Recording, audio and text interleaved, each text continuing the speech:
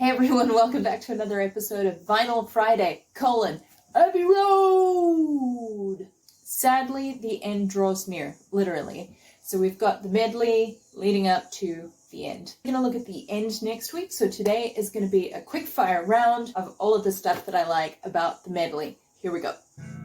We start with Sun King. This song is kind of like a salve after the emotional density of You Never Give Me Your Money, which is a much more serious song. A thing that I like about Sun King is that it is very pretty, and it's almost too pretty for being such a throwaway track. It's got real Peter Green, Fleetwood Mac, Albatross vibes. Also a song worth checking out.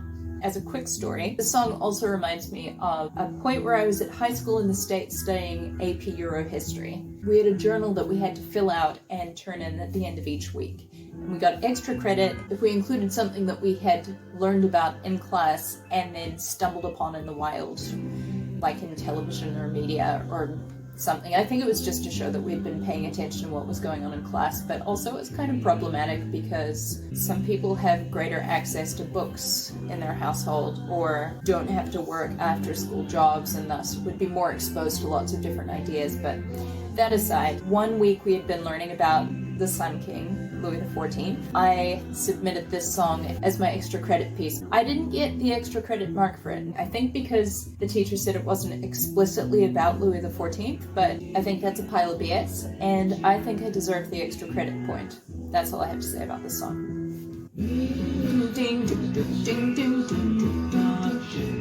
I don't have a whole lot to say about Mean Mr. Mustard, except that the piano part kind of sounds like out of college, money spent. You know what? It also sounds kind of like ballroom dancing from Paul McCartney's Tug of War, 1982, I think.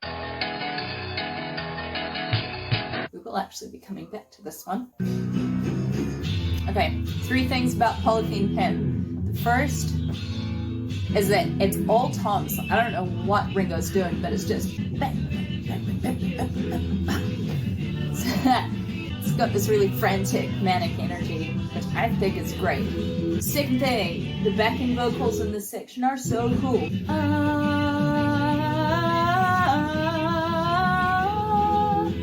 Yeah, yeah, yeah. That's one of the 3, or 2. I think it's 3. So that's cool. Third thing, George plays another cool solo. Assuming that is George, not Paul. As someone pointed out last week that it could have been George or Paul. And I consulted the Beatles Bible, but sadly, it didn't yield much in the way of results. Oh, look out, she came in through the bathroom window. All I have to say about this one is that it's got really cool backing vocals. Again, throughout this album, they do this sort of soaring backing vocal, which I just pointed out with Polythene Pam. And they do that all through this song as well.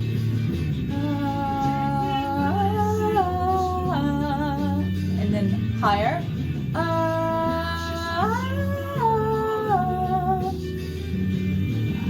Yeah, so I like how that comes back in. It's sort of like a nice running theme throughout the album. Here's what I have to say about Golden Slumbers.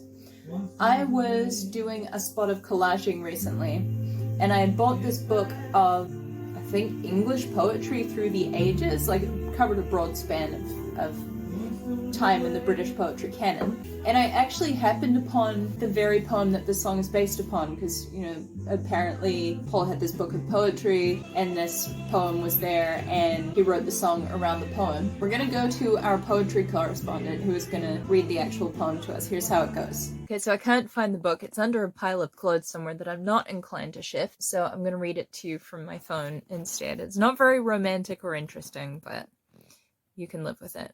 Golden slumbers, kiss your eyes. Smiles awake you when you rise. Sleep, pretty wantons, do not cry, and I will sing a lullaby. There's a second stanza as well, but that's not as interesting to us because Paul McCartney didn't sing it, let's be honest.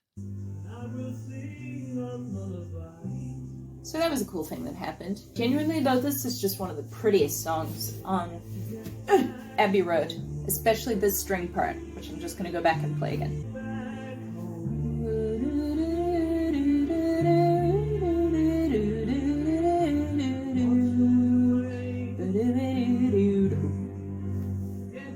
Isn't that lovely? It's so pretty. Presumably that's George Martin's work.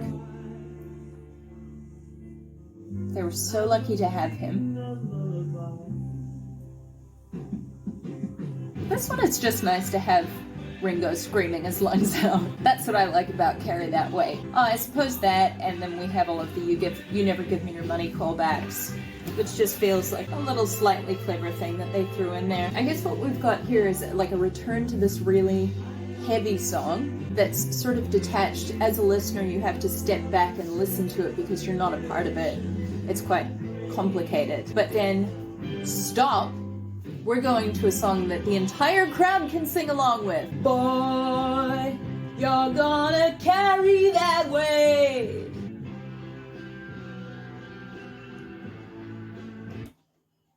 Not yet. Next time. Thanks for coming and hanging out with me. And I'm so excited for the next track because while it's not my favorite track on the album, it's the one that always makes me cry.